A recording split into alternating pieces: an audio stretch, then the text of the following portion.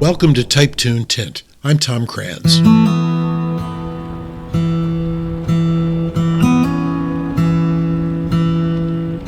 Rays of sunshine through the California redwoods guide today's guest along a path of discovery and self-determination.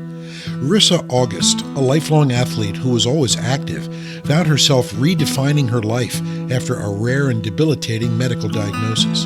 Despite finding herself almost unable to walk down the driveway to her own mailbox, she embarked on an 1,800-mile bike journey that became a metaphor for her own survival and an act of defiance against the brain tumor that fought hard to ruin her life.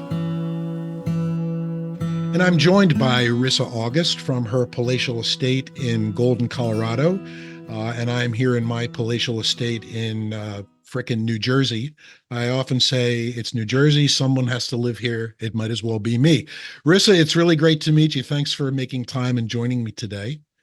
Oh, I'm so glad to be here. Thank you, Tom. I'm glad to hear that because going on your website, we just spoke briefly before I wrote it. You've done several dozen podcasts in the last year. Your book, which we're going to talk about shortly, came out just about a year ago, and you've done an awful lot of speaking and podcasting and interviewing. And I understand that it's to get the word out. It's probably also to sell books, but that's the crass reason. You know, the real reason is you want to spread the word about this thing you've been living with for 6 years now, since 2018, really. Yeah. So the reason we're talking to Risa today is that she wrote this great book, The Road Unpaved, Border to Border with a Brain Tumor and a Bike. There's absolutely no question what this book is about, just reading the title. And when I read the title, I said, okay, let's get into this. So Risa has amazing story of survival. And, you know, Risa, I've done a lot of interviews with people who have survived things like trauma and alcoholism and addiction and recovery. But your thing is always with you. It's not like you left your tumor behind, like I left my alcohol behind. It's with you every single day. So tell us briefly what the name of your condition is and exactly what it is and how long you've known about it. Sure. So what I have is called acromegaly, and it's a rare disease caused by a tumor at the base of my brain, on my pituitary gland. And it pretty much overtook a very small space and is partly wrapped around my carotid artery and very close to my optic nerve. So what remains of it is inoperable. And therefore, you know, I'll spend the rest of my life with it and spend the rest of my life battling it. And so you found out you had this in, was it 2018? Yes, I found out. Yeah, they discovered it in 2018, but they discovered it because for the 7 or so years prior to that, I knew something was off in my body. And so I kept demanding tests that were coming back normal. The typical basic, you know, blood panels that they take were coming back normal. So they didn't see any reason to explore any further. Yeah, and that's the first thing that struck me about your story is all these doctors you saw who basically blew you off and basically said there's nothing wrong with you, right? Mhm. They did all this traditional testing, but you advocated for yourself. And as we've seen over and over again, we have to do that as patients and as people when we know something's not right. So you knew something wasn't right until you finally found this one doctor. Was that Dr. Jessica or Jennifer? I forget what her name was. She said, call me by my first name, whatever. Yes. And she's the one who diagnosed you with acromegaly, right? And then, of Mhm. course, I immediately had to learn how to pronounce that word, Me you know, too. Yeah. and it's acromegaly. I was doing acromegaly. What the hell is that? Because I, of course, never heard of it. And then I've seen later on that your mentor, Jorge, who came up with this website, Pituitary World News, which we'll also talk about, he says they should change the name because it's cacophonous. It's not a particularly pretty name, and it's got a lot of Mhm. stigma attached to it.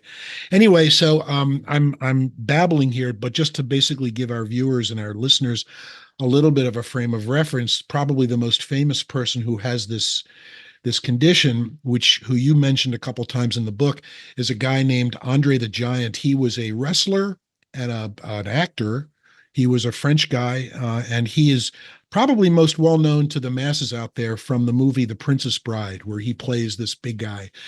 And he had this illness, which in him took shape of very large features, a large face, large everything. But as I learned, as I researched this disease, acromegaly, that's not the way it shows up in a lot of people or in most people, correct? Correct. So in Yes. your case, how does it manifest itself today? Yes, today. Well, initially before diagnosis and without getting into too much detail, I was growing.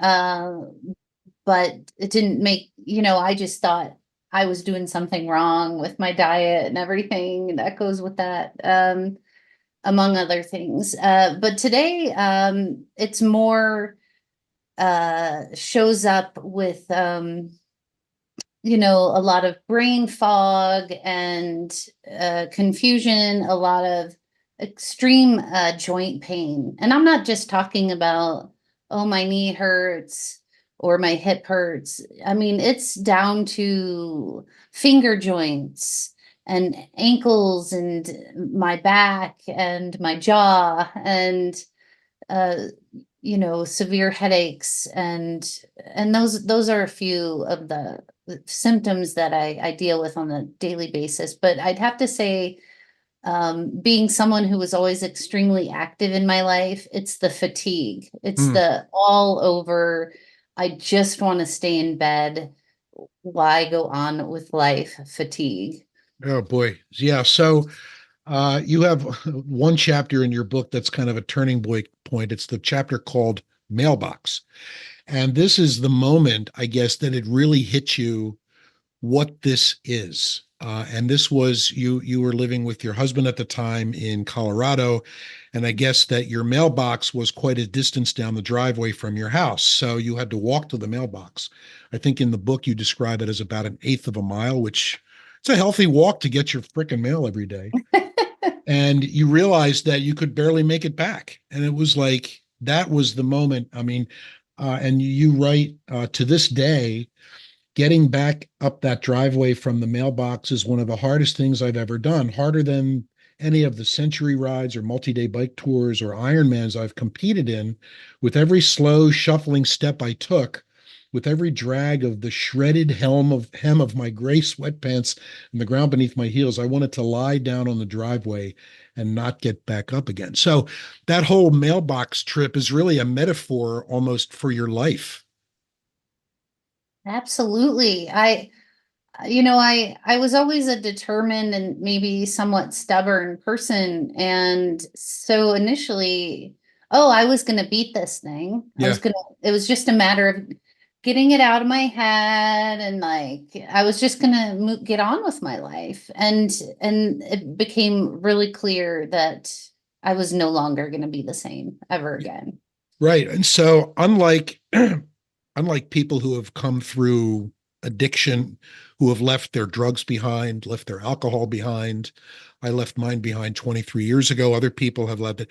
You cannot leave your dark passenger behind. He is with you every day to the fact where early on you actually gave your tumor a name, Bubba, and all through the book, there are these running conversations between you and your tumor, complete with like quotation marks. And it's like these are actual conversations. Did you really have these while you were doing the bike ride, or was that kind of a device you did for the narrative of the book, or what?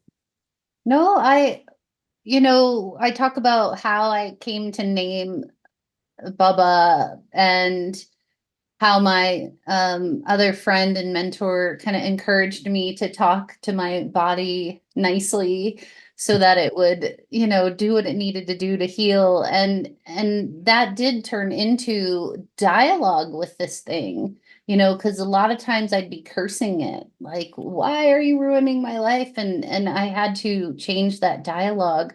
So it's sort of, I'd be in the car driving or to yet another doctor's appointment or you know, medical tests, and I'd be like, oh my gosh, I can't believe I have to deal with you. And it really did turn into dialogue.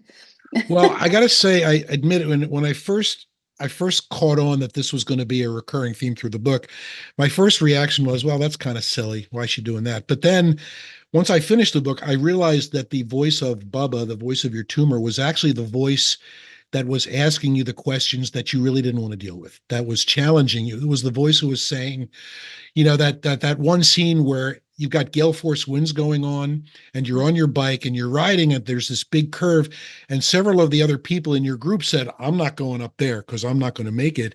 And Bubba tells you, hey, you're dealing with me, you got through me, go through it. And you went through it and you did it and you survived. Thank God you didn't get blown off the freaking road. But that seemed like, and so then it made sense. It was like that was something that was important to you. Do you still talk to Bubba, by the way? Uh, not quite as much, but he's definitely very present in my life, and I really use that voice as more of a driving force now, and as opposed to something to curse at or Gotcha. work against me. Yeah. All right, so just to clean up a couple of the medical loose ends here so I don't forget and so that our audience doesn't get it. So you had surgery on this in what, 2019, I think it was, a year later, right? Yeah. But they didn't get it all because it wrapped itself around your carotid artery. It was close to your optic nerve, and they felt that going deeper would have made you worse. So you are living with this chunk of tumor basically on your pituitary gland, which is inconveniently tucked away at the base of the brain. It's almost inaccessible, I guess, really surgically speaking. But there was another side effect of the surgery, right? Didn't it do something to your body chemistry where you're constantly drinking water and constantly going to the bathroom? Is that still, what was that all about? Yeah, so during surgery they damaged, I believe it's the posterior pituitary, and that controls your thirst and urine output essentially. So and it has a huge impact on your sodium levels, which can be extremely dangerous. So um I had a I had a not, I wouldn't say a severe case, but a pretty serious case of it.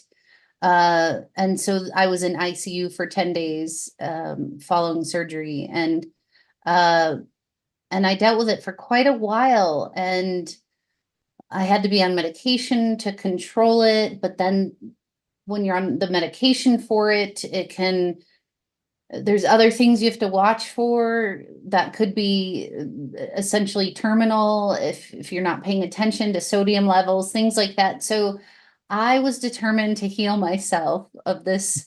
And a lot of times the body does following surgery. But I did a lot of visionary work. I tried to train myself to, pay attention to my liquid intake and output, and eventually I got off the medication, and I probably drink more water than most people, but I'm almost normal as far as Oh, like, well, that's yeah. good. So So that begs the question. One of the reasons we're here is to talk about your book. You decided that this thing's not keeping me down. You were an active person. You did marathons and Ironman, and you're a biker, and you're basically an athlete. That's in every sense of the word. And you signed up to do this bike trip, this 1,800-mile plus bike trip from the Canadian border to the Mexican border down through Washington and Oregon and California. Um, and how did this whole water retention thing, how did you deal with that during the bike trip? Or wasn't it, I mean, aren't you constantly getting thirsty and finding places to go to the bathroom or? oh yeah, I would carry a 3 liter like Camelback Hmm, uh and water bottles. And anytime we stopped, I made sure I had enough water. If I ran, because essentially, if I ran out of water, I could stroke much easier than most people who are regulated. And yeah, I got used to just pulling up on the side of the road to go to the bathroom if I had to. yeah, yeah. so it was just, yeah, I just got used to it. It was just Yeah. what it had to be. It sounds like one of the 1 million things you had to get used to in this new life of yours here, right? Yeah. So you signed up for this bike trip. You actually went on. How long did that whole trip take? I didn't get a sense of that in the book. Yeah, it took 41 days Okay. and with 4 rest days built in. And how fast as a biker were you going? Oh, probably, I mean, not terribly fast, but averaging, um, I would say averaging 55-mile days, but there were 75-mile days and then there was 35-mile days. You embarked in on this trip with these basically strangers, this group of other people who you were biking with and who you're going to make this trip with. And I saw early on this kind of recurring theme that comes up constantly, which is your this kind of battle between your independence and your need for human connection, right? So you were initially a little ambivalent about these people, and you even wrote that I just kind of wish I could do this by myself and that they would go away. But slowly but surely, one by one, you got to know them. You gave each one of them a nickname. My favorite is the guy you call the physicist, who was, I guess, an actual physicist. He's very scientific, and he seemed like he was very logical and very about being critical about the way you bike and you pack and all this stuff. But you guys, it turns out that you guys took pictures, and at the end of the day, you were taking like the same pictures of the same scene. So that kind of was the beginning of a good bond there. So when you stopped for a night, where did you sleep? Did you like sleep in campsites or on the ground or where? Yeah, we our tents were the van transported our tents and gear for us. And so we slept at primitive campgrounds. Yeah, I would have to say it's always campgrounds. I'm trying to think if there was ever any. There was like 2 times I think for during rest days where we splurged and stayed in a hotel. Sure. But the majority of the time was sleeping in our tents on the ground, rain or shine. Man, I slept in a tent one time in my life for 2 nights, and it was possibly the worst sleeping experience I ever had. So I don't even know how you did that. But all right, so you made this trip, and during this trip, you made friends with these people. Are you still in touch with any of them? I'd have to say mostly the physicist. Really? Yeah, he became a good friend of mine, and every now and then the boss.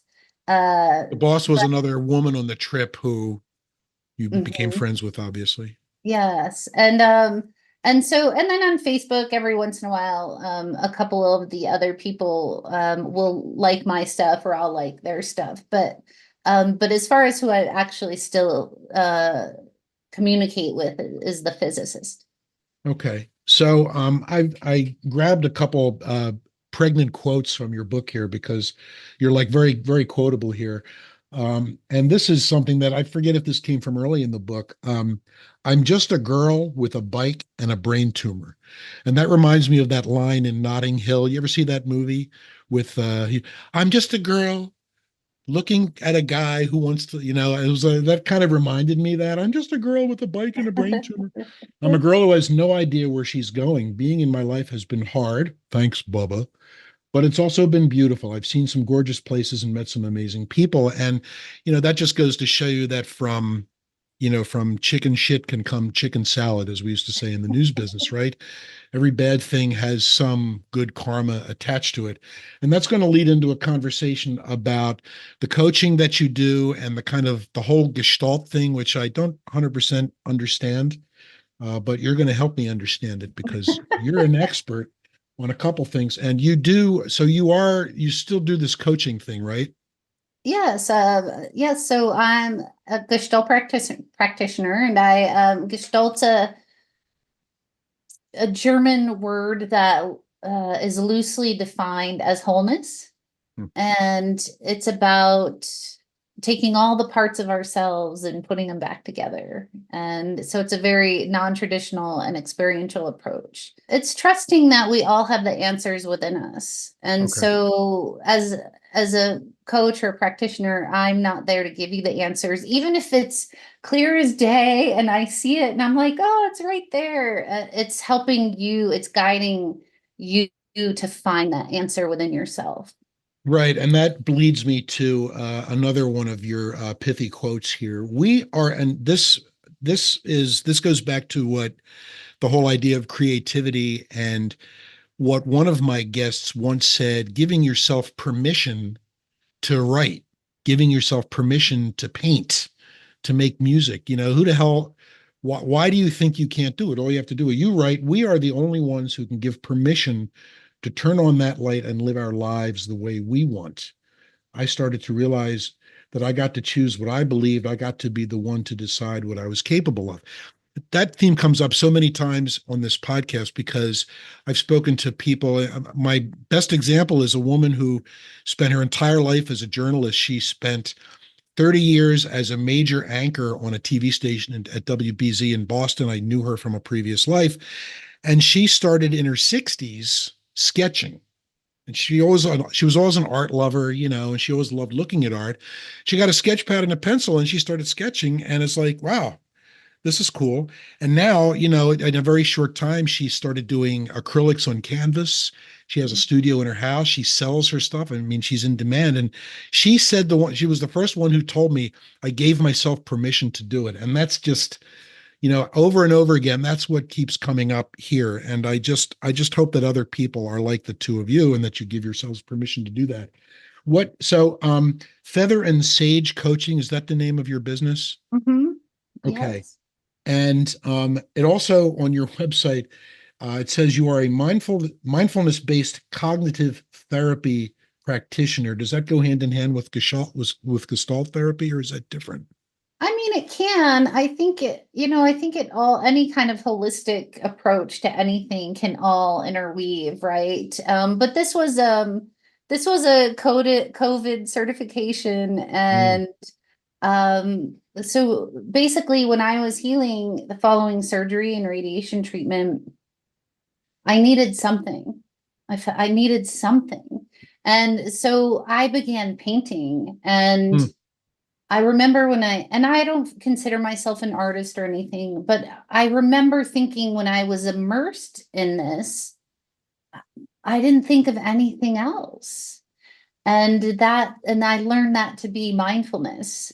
And so I was like, oh my gosh, people need to know about this. And so I got my certificate in guiding people through mindfulness practices, but it really could be anything. It's mm. basically when your mind lifts, like you're just so focused and immersed in what you're doing. Yeah, cool. All right. So that kind of opens the door into the creativity slash writing conversation, which we're going to have as soon as we come back from this moment of shameless self-promotion for my current book, Wreck and Return. This is an autobiographical, fictionalized version of a little bit of my life in which I was a volunteer EMT and a paid senior producer at CBS News. I know, sounds fascinating, right? Well, here's a little promo for that, and we'll be back in a minute with more with Risa. Don't go away.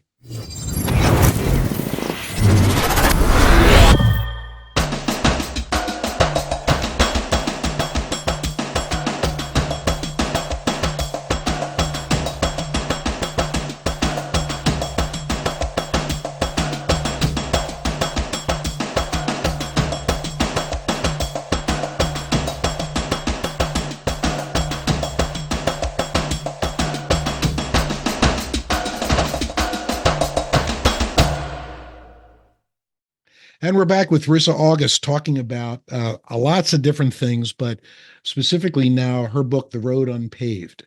And so you at some point decided, I'm going to write, I'm going to write a book. Did you decide that while you were on the bike trip? Did you decide that after? When did that all start coming to you?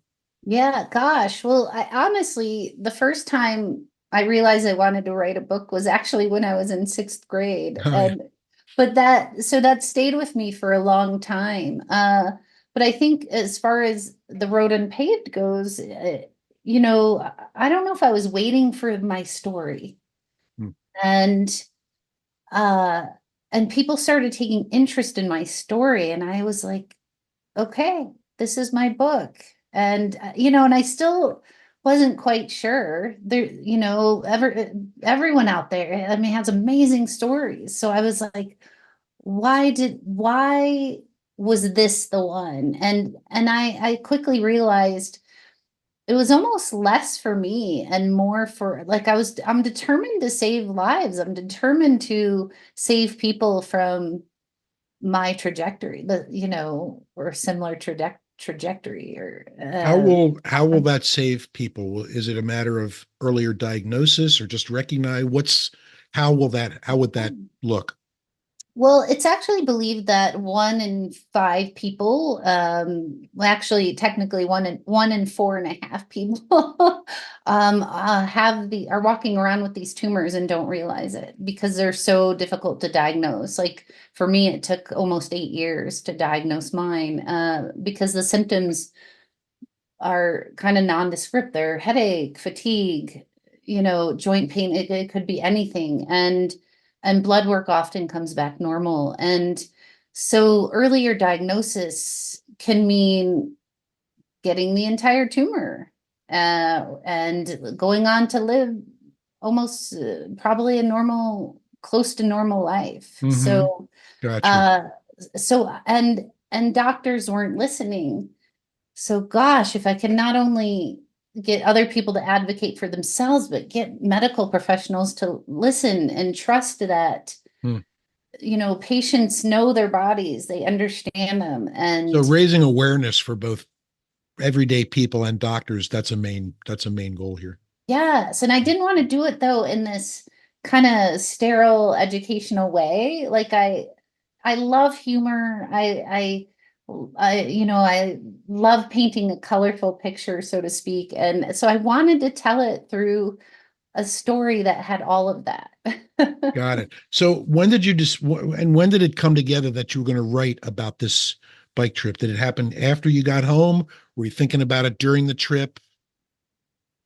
Um, yes, yeah, I started writing my manuscript before the trip, but during the trip, it was scrawling on, I had this yellow pad of paper, so it was a lot of like scrawling notes. It was a lot of recording into my phone, Hmm.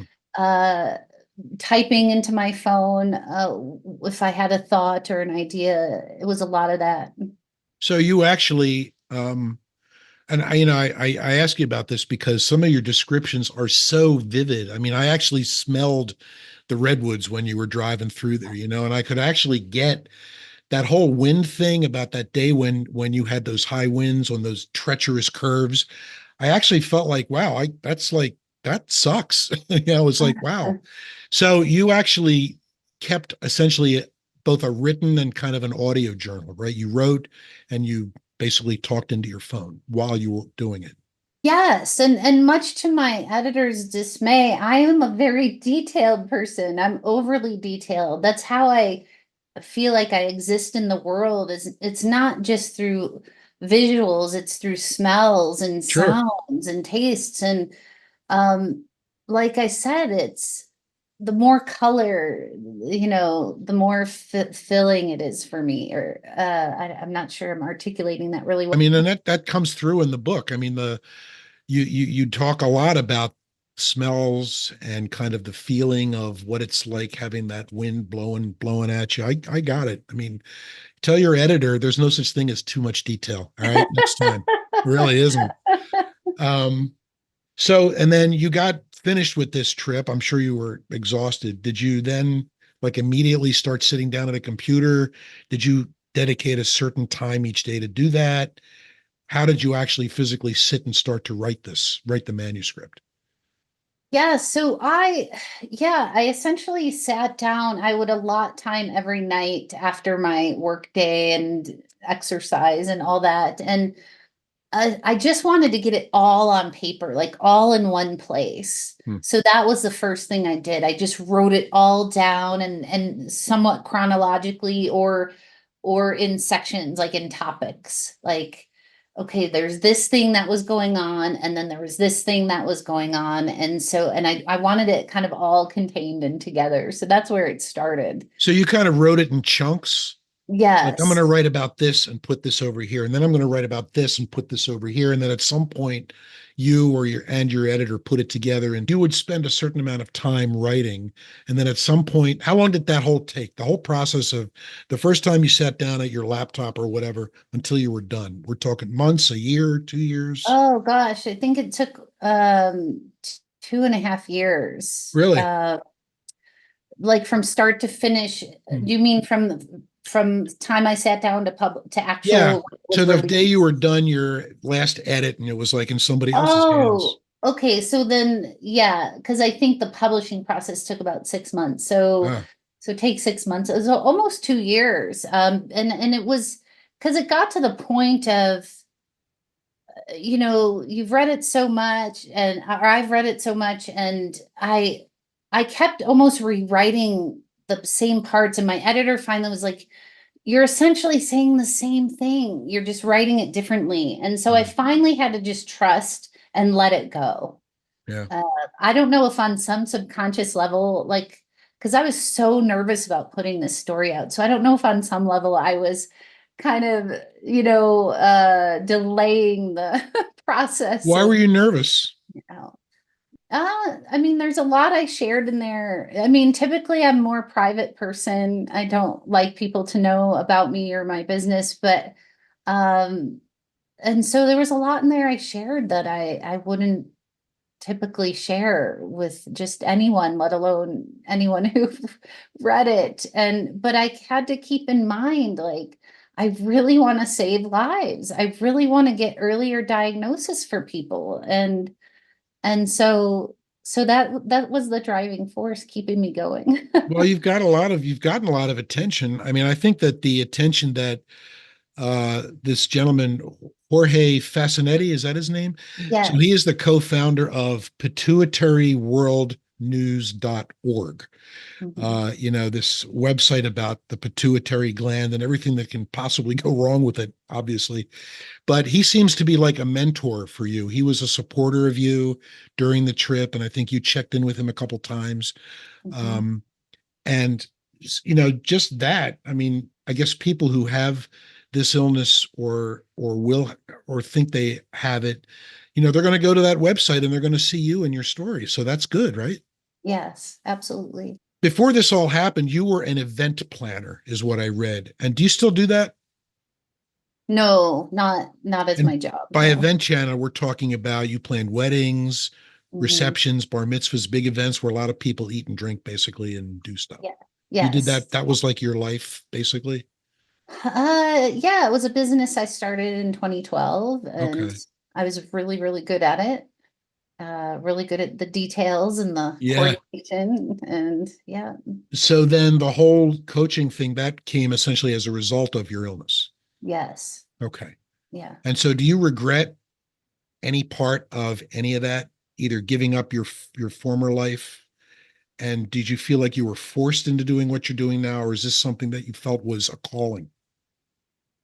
Yeah, I don't regret it. I think initially I really struggled with letting go of my old self. Hmm. Um, I was no longer detailed, the brain surgery and radiation treatment really changed some of my cognitive skills and memory and details and all the things that I prided myself in. Hmm. And then physically, I would never run again like I used to, and do some of the athletic thing endeavors I did. And so I had a hard time letting some of that go. And that was a process. And through that, I knew I needed to heal. And that's when I found the Gestalt modality and started healing. And I feel like aside from the disease and the tumor, it turned me into a better person all the way around.